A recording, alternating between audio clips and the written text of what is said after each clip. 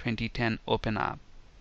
And on the start page, you should see the latest news related to Visual Studio 2010 besides other learning and community resources. At the bottom of the start page, you can see the first checkbox which states close page after project load, meaning close the start page if I open a project and after that project gets loaded. And the next option that you have is show page on startup. When I start Visual Studio, do you want the start page to be shown or not? That's dictated by this checkbox. Just in case, if I uncheck this, I'm telling Visual Studio not to show the startup page when I run Visual Studio, because I have unchecked that checkbox.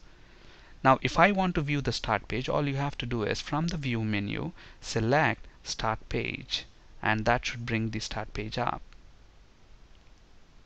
From the file menu, select new project, which brings up the new project dialog box, and from here pick the programming language of your choice. I can build ASP.NET web application using Visual C# or Visual Basic or any .NET supported language.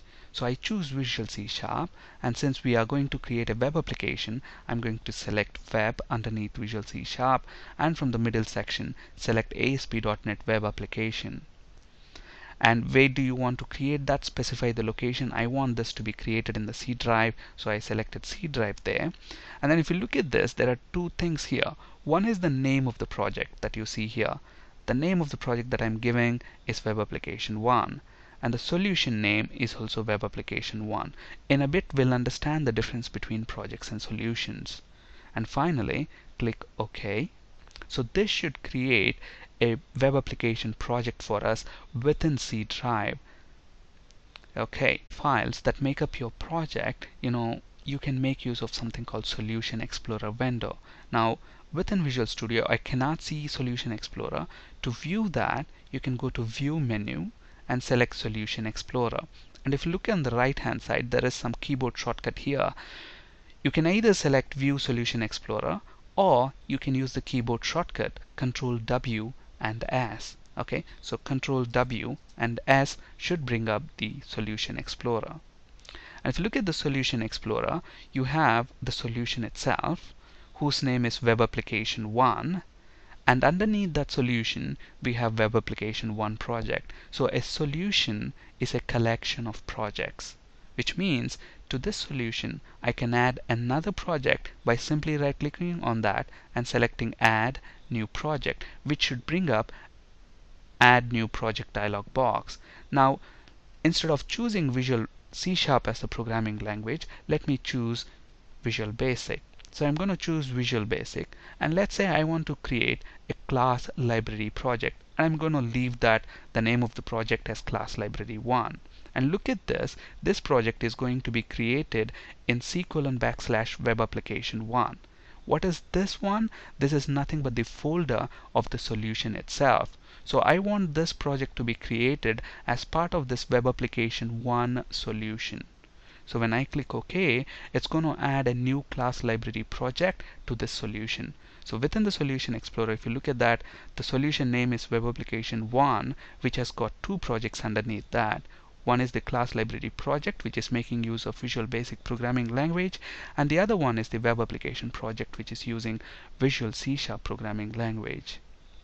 Now a solution will have a .sln extension. Now if I right click on the solution itself, and when I select Open Folder in Windows Explorer, you should see there is a solution with name Web Application 1 which has got .sln extension.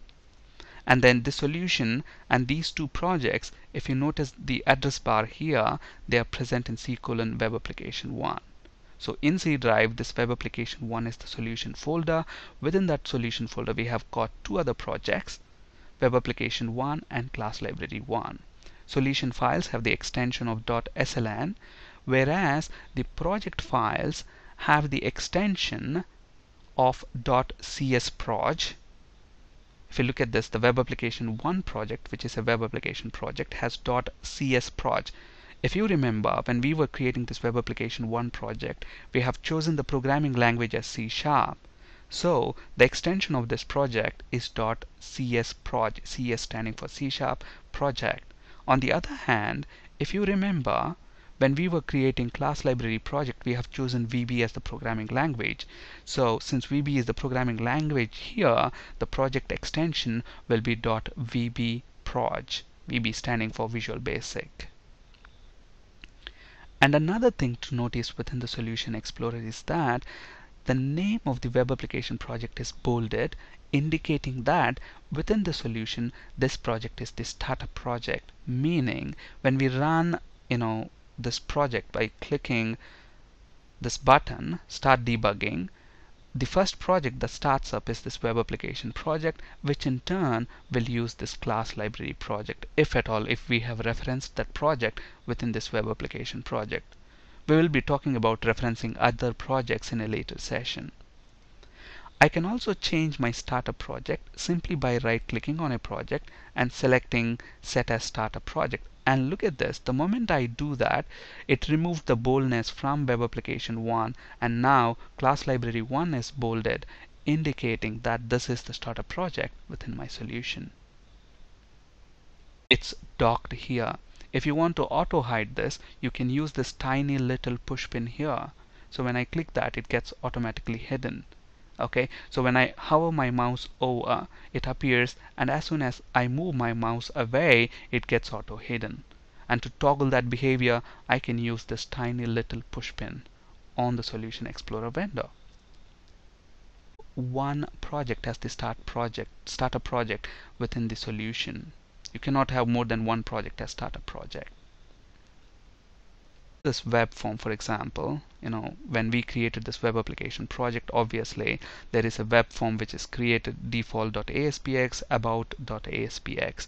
We will be talking about web forms in a great detail in later video sessions. So if I open this web forms, and keep in mind web forms in .NET has the extension of .aspx. And now let's say on this web form I want to drag and drop a button, or I want to use a button control. Okay, I can flip the web form into design mode by clicking on that design button on the bottom left hand corner. Now let's say I want to use a button control on this web form, and to do that I need to drag and drop that button control from the toolbox, and at the moment if you see I don't have the toolbox visible here. So obviously if you want the toolbox to be shown, you can go to the view menu and select toolbox from there. Look at this, I want to open the toolbox window. Now within Visual Studio, if you want to open any window that's closed, you go to the view menu and select it from there. That's one way. Another way to obviously is to use the keyboard shortcut. And look at this, most of the windows, to open them, they have a common prefix, Control W, and then S for Solution Explorer, M for Team Explorer, L for Server Explorer, and probably for Toolbox it is X. Okay, so I can either choose from the view menu toolbox, or I can use the keyboard shortcut. So from the toolbox I can simply drag and drop the button control. So I drag that, drop it here, and I'm able to use the button control on my web form. Is used to change the properties of a control or a web form in your web application project. Now let's say if you look at this button control, the text it uses is button, which doesn't really make sense to the end user. So let's say I want to change this to click me or something along those lines, and to do that I need to do that from the properties window. At the moment properties window is shown here, but let's say it's not visible. Now how do I get to the properties window? Simply right click the button control and select properties from there, or as usual go to the view menu and select properties window from there. So properties window, or you can use the keyboard shortcut Control W and P. So that should bring up your properties window. Just like any other window within within Visual Studio, if you want to dock that, use that tiny little push pin. And once you select the button control, the button properties will be shown in that properties window. And let's say I want to change the text that is visible here. I change the text property to something along like click me.